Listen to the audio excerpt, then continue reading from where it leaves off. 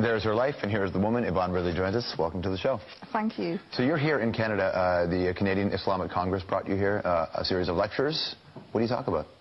I've been talking about Islamophobia, women in Islam, feminism, Islamic issues, the wars. For people who don't know your story, when they first hear the story, they go, what? Yeah. What happened? Captured by the Taliban, all of a sudden makes a promise to them on her way out that she'd read the Quran, and next thing you know, a convert. That's right. That's it in a nutshell. But basically, I was trying to think of a way to get out of this situation, absolutely terrifying. And I promised them, you know, if you let me go, I will read the Quran. I would have promised to have learned Swahili backwards if they would just let me go. Think how different your life would have been if that was your promise, though.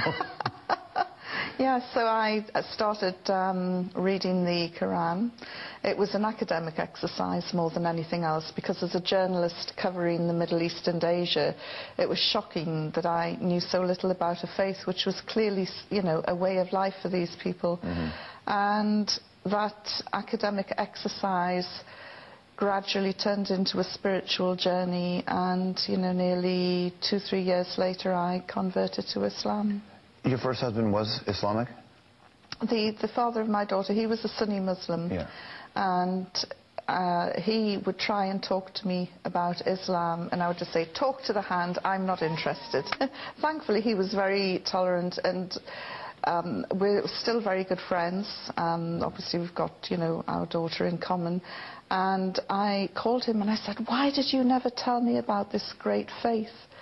And he said, you would never listen. And he is now quite amused and bemused that I've embraced Islam. Was it you read it and there was an awakening? Were you looking for this or something like this in your life before? Because you've heard of people who look at your situation and say, you just had Stockholm Syndrome, and this is just an after. George, I was so happy with my life. I worked hard, I drank hard, I played, I went clubbing. Sounds perfect. What's the need here? The last thing that I was looking for was a religion which would turn my life upside down. I was really happy as a party girl.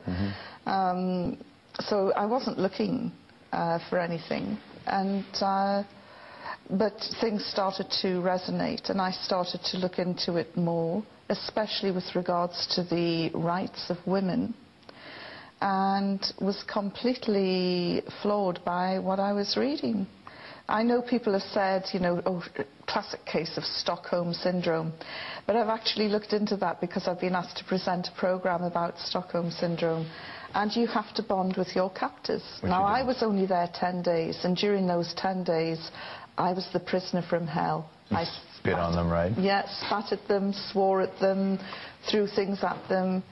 In fact, every prejudice that the Taliban ever held about Western women was probably reinforced and made worse. You're like an episode of Absolutely Fabulous, sitting inside it. Was that what it was? It was. It was a bit like Patsy, you know, Patsy meets Mullah Omar. It was a total clash of civilization. I heard you you kept a diary on the inside of a toothpaste box. Is that accurate? Yes, what did you write in there? Just little bullet points, because I really thought I was going to die, and I don't know I just wanted to leave something behind in case somebody would ever come across it. I'm not a psychologist, I don't know, but I'm just... That's thinking you're going to die to that point. That's the kind of traumatic experience that could really kickstart a change in one's life. When you left that situation, did you sit there and say, I thought I was going to die, my life isn't good enough, I'm not doing what I should be doing, and that helped precipitate? No, I just thought I'm going to party more when I get out, you know, and enjoy life. Well, you failed at that, Yvonne. I must admit, yes, you did. Some of my friends are very sad that I'm no longer there drinking the champagne glasses. Well, look on the bright side, you picked an amazing time in the world to be a Muslim. Yes. Like, this is the moment when this conversation, it's been centuries since the conversation has been this heated between the East and the West. Absolutely, and you know, this is something that I often say, my timing could have been a bit better. Big conversation in England had to do with the dress of Muslim women.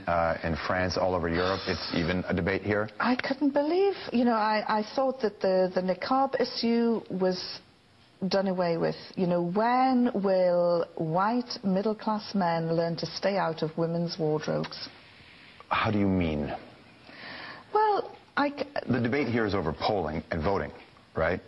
No, it isn't that, George. Think about this. The issue focuses on an area where there are 67,000 voters, where 5,000 of those voters are Muslims, where 12 of those Muslims wear the niqab or the face veil. Right.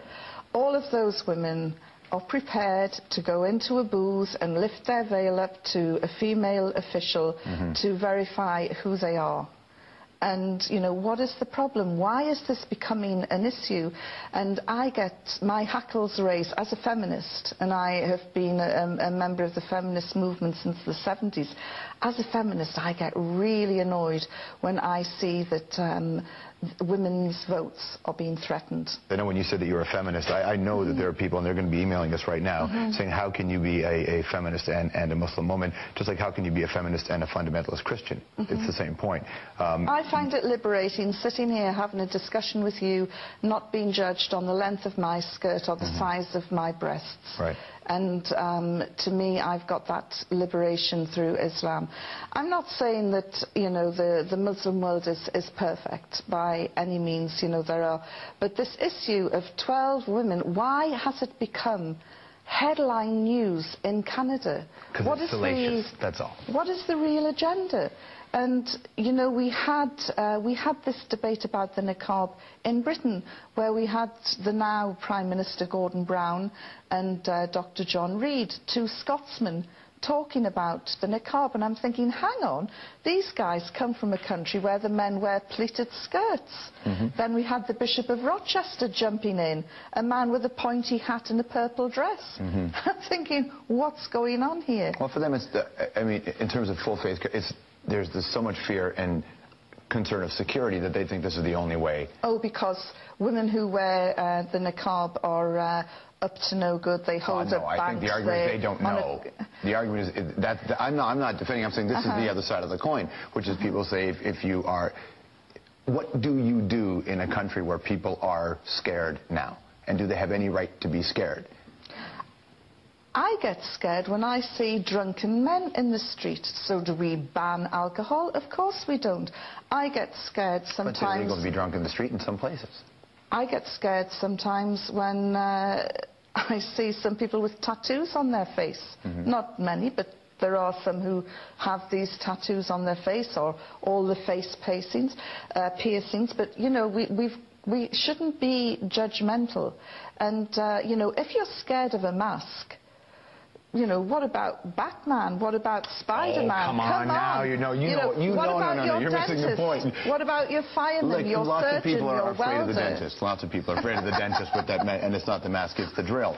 But the argument that the side would make is that there is not a current war happening with face-tattooed people who are, in the name of Paul Booth, a great tattoo artist, engaged in a battle. That's not the same thing as what this discussion is, though, right? Well, I don't know of any war that's involving women who wear niqabs. It's an interesting conversation for you to have every day, isn't it? As I say, I was really sad that to see headlines that I thought were consigned to the bin last year being resurrected in Canada. And, you know, Canada is a country with a tremendous reputation for tolerance, for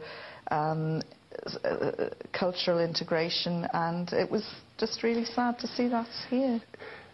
Are they terrorists to you, the Taliban? You know, I hate the word terrorism. As a journalist, I would love just to pick up the word terror. It's meaningless. Well, it assigns an emotional value, which takes the journalism Nelson out of it. Mandela was called a terrorist. Right. He is now the most revered statesman alive today. There are so-called Irish terrorists in government now, sitting down, working on a day-to-day basis in the British Parliament. You know, the word is absolutely meaningless. Thanks for your time today. Thank you. Yvonne Ridley. The Hour will be right back.